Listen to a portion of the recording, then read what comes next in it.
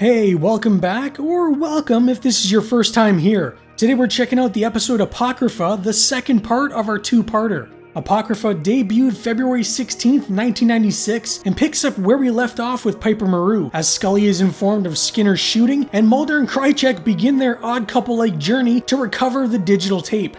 The episode begins as one of the survivors from the submarine recounts what happened to him and his men, but it's not so much the story that's interesting, but more so who he's telling it to.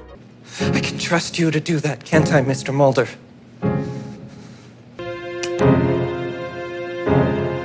You can trust all of us. Look, I get what they were going for with that, but hearing the older cigarette-smoking man voice dubbed over will never not make me laugh. We catch up with Scully, who's made her way to the hospital, where Skinner is recovering from his gunshot, but she seems to be the only one worried about what just happened. Sure, Agent Fuller and this lady are concerned, but leave it to Scully to be the one who actually wants to be as thorough as possible. How is he? He came out of the surgery all right, but he's still in a lot of pain.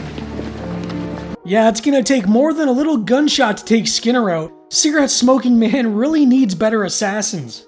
Scully leans in so Skinner can tell her he knows who shot him. He's seen the man before. And, well, so have I. He was the janitor in Fearful Symmetry.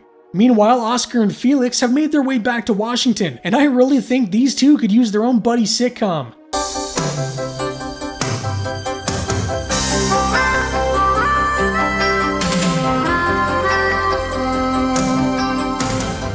Back with our girl Scully, and she demands that Skinner have some armed guards outside his room, but these two are nothing but excuses. I think it's a matter of pulling men off something else. I've heard the excuses. I don't care if you and Agent Krycek have to stand out in the hallway yourselves. This man has to be protected. I would just do what she says. You wouldn't like her when she's angry. Meanwhile, Mulder and Krycek are being followed by a spooky ghost car. Oh my God, it just disappeared! It's a ghost car! The car drives them off the road, but I've always wondered why Mulder doesn't shoot. He does take his gun out. Well, regardless, they're knocked silly, and Krycek, well, he's pulled out of the car. Krycek is still carrying that black oil, though, and gives Buddy a good flash. You'd think his partner would take off or something, but no, he has to get himself flashed as well. Back at the FBI, and Agent Pendrell has something he wants to show Scully. We found saliva on Skinner's shirt that wasn't his. This is an analysis of the secretors and other hemofactors. They somehow found some hair fibers and saliva. Well, Luis did spit on Skinner, so they're gonna run it through the database and see what they can uncover. But watch yourself, Pendrell, because now is not the time to fantasize. Cigarette-smoking man is shown what happened to his men, and even though this guy here doesn't know exactly what happened to them, CSM certainly does. And seeing as how CSM has such a big heart, he wants the bodies disposed of, even though they're not exactly dead. Working for CSM is like working for the Joker. No matter how loyal you are, he's gonna kill you at some point. Guess I'm not dead. How come Scully's never there when I wake up? Mulder tells her about his little adventure with Krycek and, well, the digital tape. She reveals some fun news to Mulder as well when she tells him Skinner was shot. Don't worry, he'll be fine, but they may be on to who did it at least. She has the PCR results of the man who shot Skinner, and a second set that leads to a rather interesting revelation. And who's this one belong to? The man who shot Melissa. Oh great, these assholes. I really wish the well-fed man would learn to open his mouth a little more when he talks. He almost feels like a Seinfeld character. The Syndicate are all butthurt because someone may be leaking information from inside the group. But who? They want to know how someone can know about the little area out in the Pacific Ocean where they may or may not have found a UFO. Scully checks on Skinner and he seems to be doing a little better. She tells him his shooter is Melissa's as well, but he already seems to know. I'm not advancing any conspiracy theory here, Scully. You're saying that they closed down my sister's case not because of lack of evidence, but because they didn't want us to catch the killer. Last time Skinner encountered this guy, he was attacked by him and Krycek in a stairwell when they took the digital tape. And now Scully's upset because Mulder was just with Krycek and they could have used him. She's now going in full bore, using all the FBI's resources to find Krycek, because he might be the only one who can help her find her sister's killer. It looked great on me in the store. What's this doing here? I had it flown in from San Diego as evidence.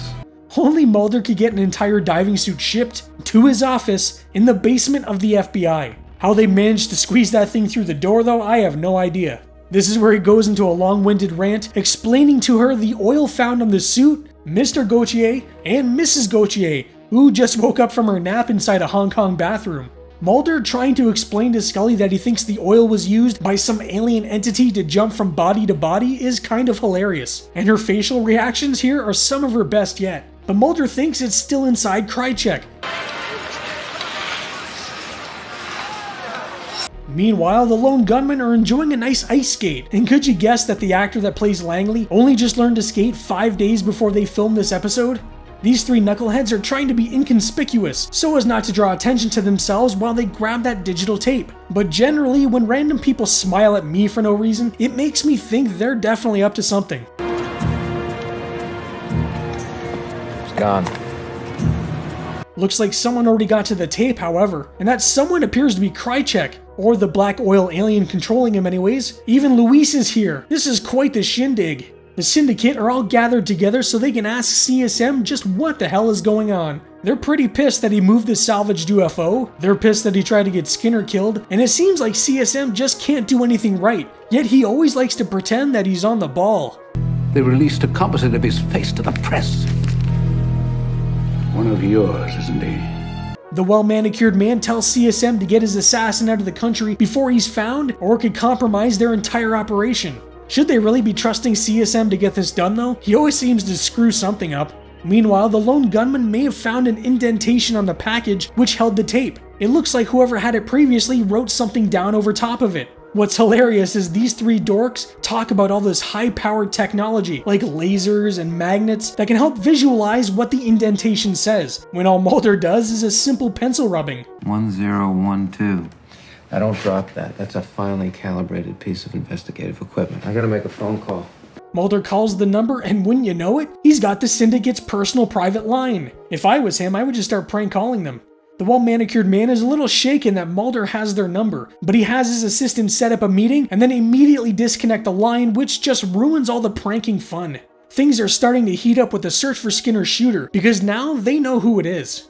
His name is Luis Cardinal. Apparently impressed a lot of people with his marksmanship during the Iran-Contra deal. Impressed people with his marksmanship, he shot the wrong Scully and couldn't even kill Skinner. I'd say his marksmanship is pretty trash. But they've pretty much given up on finding the guy. He came in the country with no documentation, and they have no way of tracking him down. Scully, though, still isn't ready to call it quits, and tells them to keep looking. Busted! I see you staring at her ass, Pendrell. Mulder and the well-manicured man meet up, and Mulder is told what was recovered was a UFO, which he already knew. All Mulder wants is Krycek, but this guy is no help. He's just as incompetent as his buddy CSM. But something he says triggers Mulder. Anyone can be gotten to. Certainly you've no doubt of that. He calls up Scully to have her check on the guards watching Skinner because he thinks something might be up. And well, something is up because the guards are missing and so is Skinner. Skinner's being taken to another hospital for some reason, and the useless hospital staff didn't even ask why. But that's okay because Scully's superpower is being able to find a random ambulance in the middle of the city that just so happens to have Skinner. Anyway, she hops on board to make sure everything goes smoothly.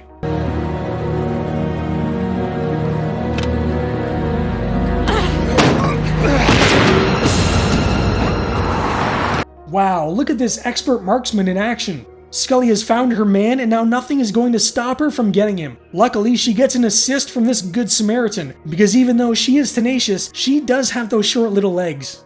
Are you Luis Cardinal? Please. Are you the man that shot my sister? Please don't kill me. You shot my sister! Please. Oh god, just please pull the trigger.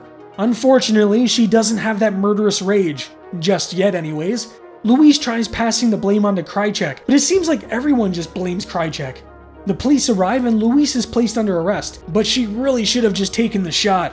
Scully calls up Mulder to tell him what she found out from Luis, and apparently, he said Krycek is headed to an abandoned missile silo in North Dakota. Now, I wonder what could be there. What's in North Dakota? The salvaged UFO. Well, guess where they're headed.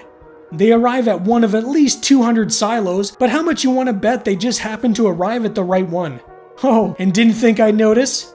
Based on that busted ass lock, I'd say they found the right spot. Well, this silo looks like the wrong one, but they're not the only ones looking for Krycek. Hold it right there! Hold! I would love to know just how many times these two have had to get new guns, seeing as how theirs keep getting taken away from them. The agents get taken away by CSM's men, and I love how he just plays dumb like Alex Krycek who? UFO what? He knows what's in there, but he's not about to admit it. The agents were so close, but if only they had checked behind this one door.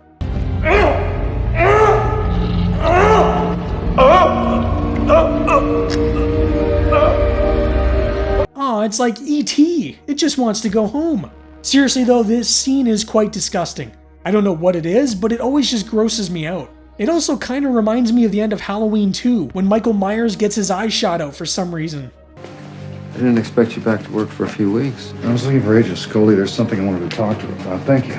Looks like Skinner has nearly made a full recovery, and good guy Mulder even helps him sit down. He thanks Skinner for everything he did, but Skinner doesn't exactly have good news. You know, I don't want to be a downer, but if Scully had never been assigned to work with Mulder, then she never would have been tied up with that tape nonsense, and her sister would still be alive. But don't worry, because Mulder is only going to make things worse. They found this man, Luis Cardinal, dead in his cell. How? They made it look like a suicide. The men he worked for couldn't take the chance that he'd point his finger at them. Well, they had to take him out before he exposed everything. I don't know why, but this all sounds so familiar. Scully really should have unloaded her mag when she had the chance. Meanwhile, Krycek is stuck in that damn missile silo, but he's like a cat. He keeps getting himself in these situations where he should be dead, and somehow he just magically reappears. Apocrypha is another solid mythology episode, although I don't think this one is as good as Piper Maru.